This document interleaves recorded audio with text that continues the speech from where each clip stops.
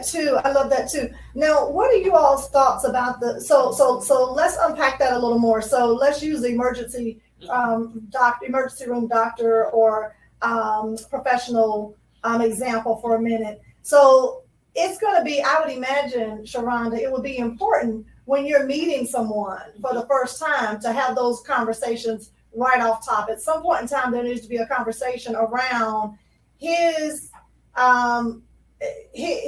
or I would say the significant others intentions and how they feel about this individual in this role in this job. Because I think sometimes, it's a two-way street too. You know, you meet women who have spouses or significant others, and they're doing all kinds of things and kind of taking over the world, doing their thing, and then they think, oh well, when they get with me, they're going to do something different. Right. When that's not necessarily fair to that other person. So, what do you say to the individual who says, well, I'm dating this guy, I'm dating this girl, but they're thinking that I need to be doing something different or doing something else? Yeah, well, when we start out, we are trying to identify our most authentic self. So if you're a quality time person, and you know how Gary Chapman did the 5 love languages, if you're a quality time person and you're a woman, you don't want to match with a man who has a 24/7 work schedule either, right? Mm-hmm. So when you identify you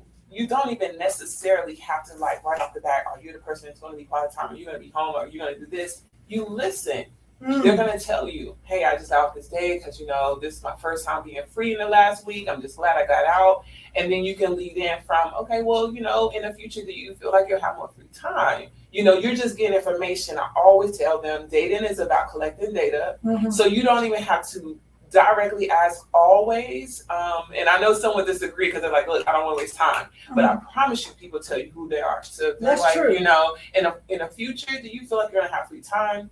Well, you know, my work schedule is still really tight, but maybe when I find that special someone, then you can kind of lean, deciding on who you are, leaning in or back based off of what they're saying. Mm-hmm. So identifying your authentic self will have you lead into the questions without it being interviewish. Mm-hmm. Mm-hmm. So that you know, okay, this is, he's like, oh, I have free time all the time. I'm just looking for someone to fill the time with it. Boom, there we go. Quality time person. I'm a match. That's right. Or no, I like to work. I want somebody that's going to be there ready for me when I get home.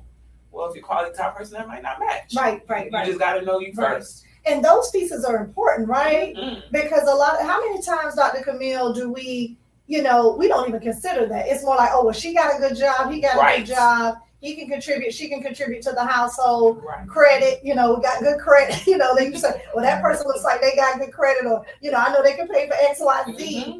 But we don't consider those kinds of things. You don't, and that's why, you know, I'm all about a list. Dr. Camille, I'm all about a list.